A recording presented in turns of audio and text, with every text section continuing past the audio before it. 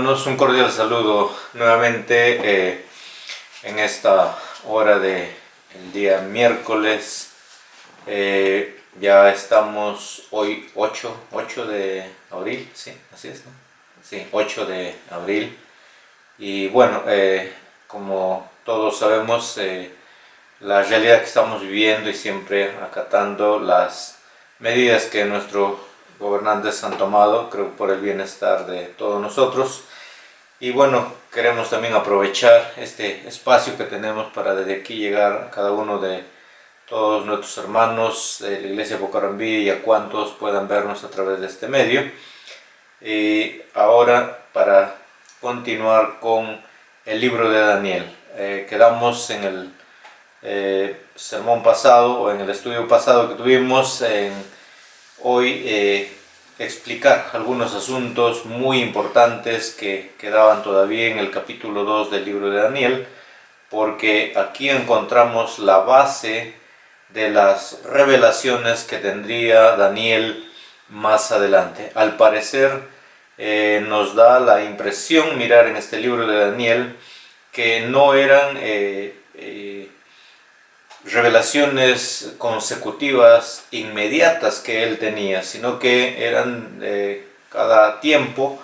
Nos deja entrever el texto bíblico que Daniel como que se tomaba tiempo para reflexionar, para investigar de una manera profunda acerca de los que estaba aconteciendo con el pueblo de Dios ahí en Babilonia y dentro de los sucesos en el mismo desarrollo del reino babilónico.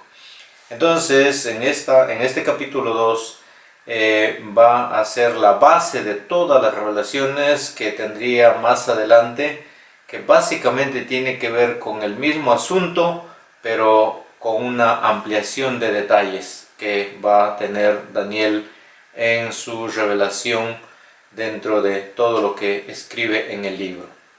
Entonces, quisiera explicar algunos asuntos importantes respecto de los versículos 31 adelante para poder entender aquí el asunto de lo que Daniel estaba explicándole al rey Nabucodonosor. Aquí básicamente en la revelación del sueño al rey Nabucodonosor hay una cosa muy importante. En su sueño Nabucodonosor vio la imagen entonces colosal de un hombre, y su tamaño gigantesco y apariencia espantosa redujeron al rey a un estado de terror absoluto. Eso es lo que podemos ver. Eso fue exactamente lo que le llevó a este rey a tomar no solamente medidas inmediatas de convocar a sus sabios para que le revelaran el asunto, sino además el asombro que le causaba por lo que él había visto al final de su sueño. La imagen entonces era la de un hombre, sin duda alguna, lo que se ve en los versículos citados, y este hombre obviamente representaba la historia de la civilización humana, y Dios quiso mostrarle a Nabucodonosor el destino inevitable de las naciones del mundo. La imagen además no representaba la historia completa de los reinos humanos, sino también aquí tenemos que ver otros poderes que anteriormente ya habían penetrado a la vida, a la historia del pueblo de Israel. Entonces, tales por ejemplo como allí donde nos vemos que Israel había sido afectado de una manera radical. Estos poderes eran primero Egipto, donde Israel había estado esclavo por más de 400 años, y Asiria después. Entonces estos son omitidos en esta revelación que tiene Daniel. Hay que considerar eso, son omitidos. Más bien la imagen representaba entonces los reinos que jugarían un papel decisivo en la existencia de Israel antes del comienzo del reino de Dios en Jesucristo. como se va a ver eso en los versículos 44 y 45. Entonces el tamaño gigantesco de esta imagen representaba la soberbia desmedida de la humanidad por sus propios logros. Y eso es la tendencia que se ve a través de la historia casi en todos los reinos. Actualmente también hay algunos países poderosos y se nota claramente la soberbia de sus gobernantes. Y cuando esto sucede, el pueblo gime, el pueblo es maltratado. Y entonces los que más sufren en este caso son los ciudadanos, como dicen los políticos, los ciudadanos de a pie. Y eso es lo que se ve entonces en este asunto de la imagen. Y bueno, entonces ahora en el punto 4 nos había indicado también el asunto de la interpretación del sueño del rey Nabucodonosor por parte de Daniel. Esto está en los versículos 36 al 43, donde va a decir lo siguiente aquí. Este es el sueño, o sea, lo que acababa de narrarle antes, y también, dice, también la interpretación de él diremos en presencia del rey. Y luego comienza aquí con la interpretación. Entonces, Babilonia, representada por la cabeza de oro de la imagen, y es la nación obviamente que concluyó la era del poder judío. Hasta ahí entonces Judá había tenido reyes y a partir de aquí ya no va a tener. Entonces hasta que Cristo venga en gloria, la ciudad de Jerusalén será continuamente pisoteada por las naciones gentiles, tal como lo dijo el Señor Jesucristo en uno de sus discursos. Y vamos a ver que el escritor Lucas en el capítulo 21, versículo 24 nos narra ese acontecimiento o esa declaración más bien que hizo el Señor Jesucristo. Como podemos ver en el texto bíblico, la estatua desconocida estaba compuesta por 5 partes: la cabeza de oro, el pecho y los brazos de plata, el vientre y los muslos de bronce, las piernas de hierro y los pies que eran en parte de hierro y en parte de barro cocido. Según estos versículos, estas 5 partes simbolizan 5 imperios del mundo, de los cuales 4 hasta el momento del sueño de Nabucodonosor no habían asumido el control aún. Estos reinos tenían la autoridad para gobernar todo el mundo. Si tomamos en cuenta lo que registra la historia, entonces notaremos que es exactamente lo que hicieron. Y aquí entonces podemos nosotros tener un cuadro específico de los detalles de estos reinos. En primer lugar, entonces vemos aquí el reino de Babilonia. El símbolo que representa, o el metal que representa aquí, es el oro. Y la forma o el sistema de gobierno era un gobierno monárquico, que representaba una monarquía. Y esto sucedió en los años 605 al 539 antes de Cristo aproximadamente. Entonces eso fue el tiempo que duró este reino de Babilonia, en los años 605 al 539 antes de Jesucristo, representado entonces por la cabeza, cuyo metal era el oro. Y esto es una cosa muy interesante, que Dios, al inducir a Nabucodonosor para que tuviera este sueño, porque él quería revelar lo que iba a acontecer en el mundo, mostrar en ello la debilidad de los reinos terrenales y bueno, la densidad de su decadencia, cómo iba a suceder en cada reino. Y aquí entonces se usa que digamos metales pesados. En ello el oro, la plata, el bronce, hierro y bueno, finalmente se habla del barro, ¿no?, cocido. Entonces, ese es el tiempo que duró este reino. Luego vendría este reino, el Medo-Persa, que es representado aquí por el metal que es la plata, y también el sistema de gobierno, un sistema de oligarquía que obedecía a un reino en parte, que digamos, ver este asunto de cómo está descrito aquí en la revelación del sueño que tuvo Nabucodonosor. Entonces, esto sucedió en los años 539 al 331 antes de Cristo. Eso fue, entonces tiene que ver con el segundo reino, los medo-persas, en los años 539 al 331.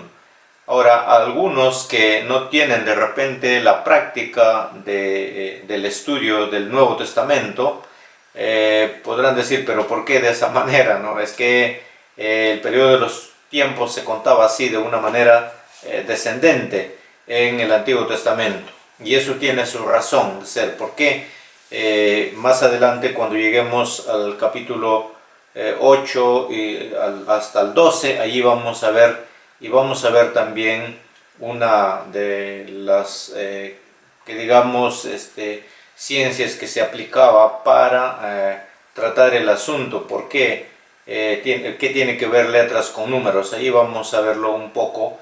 Por el momento voy a quedar en este asunto de que el reino entonces de los medo-persas era de los años 539 al 331 a.C., un sistema de gobierno que obedecía a una oligarquía, y por eso es que este reino en sí no va a tener tanta duración.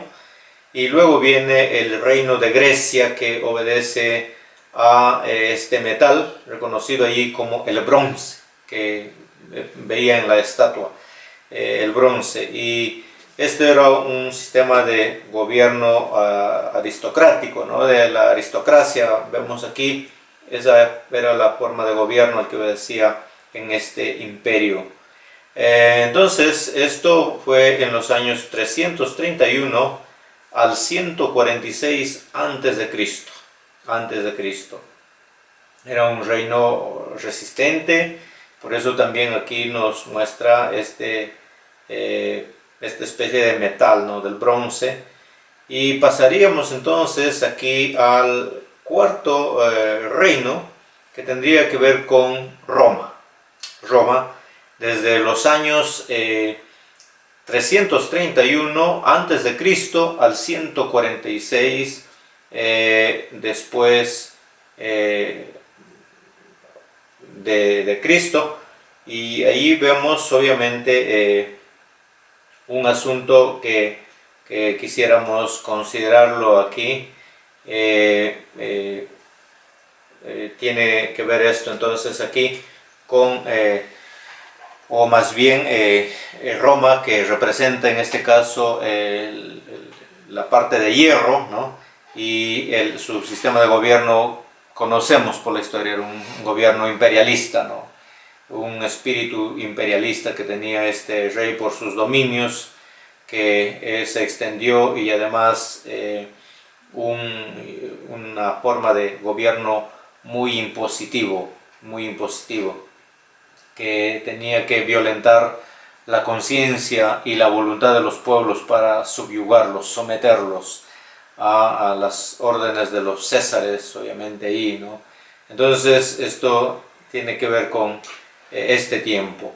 El tiempo entonces de que Roma aparece en la historia según la profecía de Daniel, que era el cuarto reino, viene aquí entonces de los años 146 a.C. al 395 aproximadamente después de Cristo. y finalmente vendría este reino mezclado y tiene que ver con la Roma restaurada. Ahora, este imperio es desconocido. Era desconocido por el profeta Daniel, y también para nosotros hoy en día. No podemos precisar exactamente en qué momento va a ocurrir esto.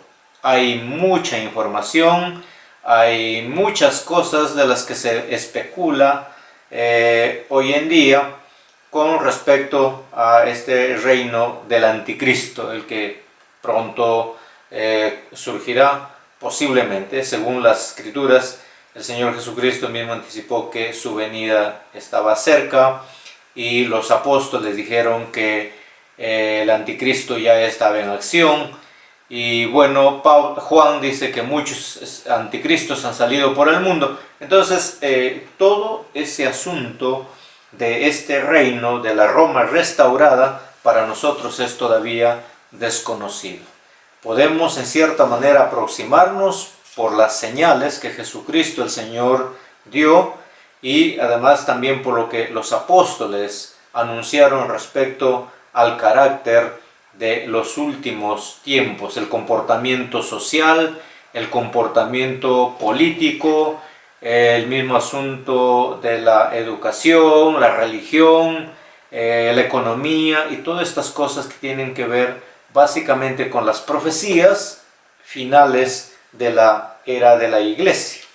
Entonces no sabemos exactamente cuándo va a acontecer esto. Lo cierto es que a la luz de las profecías de Daniel, como lo veremos más adelante en los próximos capítulos, vamos a darnos cuenta que este reino no durará mucho tiempo. No durará mucho tiempo. En las profecías bíblicas le dan un promedio de 7 años que va a durar. O sea, va a ser un reino bastante corto en tiempo. Y entonces, después de esto, se manifestará o se instaurará el reino que es anunciado en los versículos 44 y 45, como lo podemos ver para ya terminar en esta parte. Entonces, al observar este cuadro, podemos entender la estabilidad creciente de los reinos de este mundo. Es decir, todos los sistemas de los reinos terrenales se deterioran de manera indefectible e inevitable. Y por eso es que en los versículos 44 y 45, el profeta Daniel declaró aquí el hecho de, o anunció más bien, la instauración del reino de Dios. Y dice el texto bíblico así: y en los días de estos reyes, el Dios del cielo levantará un reino que no será jamás destruido, ni será el reino dejado a otro pueblo. Desmenuzará y consumirá a todos estos reinos, pero él permanecerá para siempre. Y de la manera que viste que del monte fue cortada una piedra, no con mano, la cual desmenuzó el hierro, el bronce, el barro, la plata y el oro. El gran Dios ha mostrado al rey lo que ha de acontecer en lo porvenir, y el sueño es verdadero y fiel su interpretación. Esto es muy interesante, y de esto estaremos hablando más adelante al término, si el Señor nos ayuda todavía que podamos hacerlo de una manera presencial más adelante, para poder conversar de una manera amplia con los participantes y poder absolver las preguntas que podrían darse. Sería muy interesante, porque aquí hay muchas cosas para poder explicarles respecto a este reino del Señor, que comenzó con la primera venida del Señor Jesucristo, un reino invisible, un reino cuyo desarrollo se daría en el corazón de todos los convertidos a Cristo y comisionados por el Señor para anunciar este reino de Cristo en estos tiempos, porque cuya instauración corporal en la realidad será cuando el Señor Jesucristo retorne. Y aquí hay muchas cosas por explicar según la Biblia, y más aún cuando se entre al libro de Apocalipsis, habrá otros detalles importantes que van a enriquecer mucho esta enseñanza de las profecías, y esto nos permitirá tener mucha más luz respecto a los acontecimientos, despejar muchas dudas y bueno, tomar una responsabilidad mucho más seria de llevar una vida consagrada al Señor de manera permanente. No porque el final de los tiempos se avecinen para esta tierra, sino porque es la voluntad de Dios que vivamos en una plena comunión con Él. Y esto es lo que vemos en la vida de Daniel. Daniel, un hombre de Dios, temeroso de Él, que tuvo entendimiento en las revelaciones que Dios le dio. Esto es muy interesante. Y para todos aquellos que tienen dificultades en el entendimiento de las Escrituras, hay una cosa importante que debemos considerar aquí. Para que un hijo de Dios, si quiere tener una interpretación fiel a la palabra del Señor y quiere que Dios le revele la profundidad de las verdades de su palabra, es importante mantener una vida pura sexualmente. Esto es muy importante para los intérpretes de la Biblia, porque un lector de la Biblia o intérprete de la Biblia que vive con perturbaciones sexuales en su mente, esto le va a traer muchas dificultades para entender las Sagradas Escrituras, y más aún cuando se trata de hacer una aplicación a la vida personal. Hay que tomar muy en serio este asunto.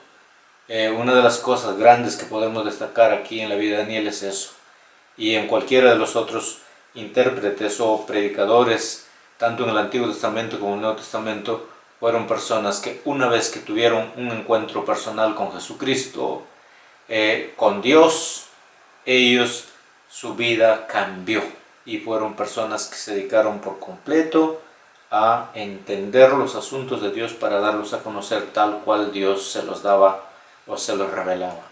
Así que, estimados hermanos, aquí nos quedamos en esta parte y espero que esto les ayude a entender un poco más lo que ya dije en el estudio anterior, en el libro de Daniel, el capítulo 2.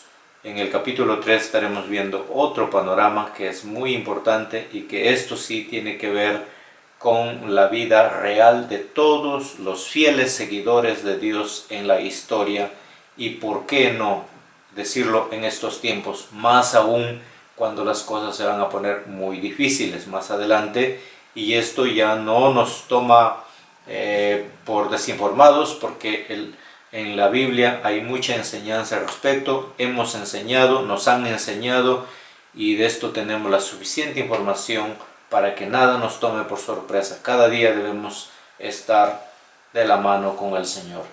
Padre, te damos gracias en este momento porque nos permites, Señor, repasar un poco el estudio de tu palabra en esta profecía de Daniel. Te pido, Señor, que nos sigas dando luz para entender lo que tú has revelado a tu siervo Daniel y cómo esto se ha ido, Señor, visualizando en la realidad, en la historia. Y, Señor, todos estos reinos han ido pasando, Señor, y ahora nos queda, Señor, entender y poder de repente experimentar este último reino que se levantará y que tendrá sus limitaciones, porque entonces tu reino será establecido y reinarás, Señor, sobre las naciones, como dice tu palabra, con vara de hierro, Señor, y entonces entenderemos la grandeza de tu poder, tus maravillas, y disfrutaremos de una comunión plena, donde ya no tendremos que estar a los cuidados que hoy necesitamos, sino que estaremos con esa amplitud de toda la libertad y la santidad que tú nos has dado para que vivamos una vida de comunión, de gracia y de plenitud en ti. Oramos agradecidos que tú bendigas y sigas bendiciendo, Señor, la vida de cada uno de tus hijos aquí en el Perú y en el mundo entero. Agradecidos estamos por las cosas que tú nos permites vivir estos tiempos y por lo que tú nos estás mostrando. En el nombre de Jesucristo nuestro Señor. Amén.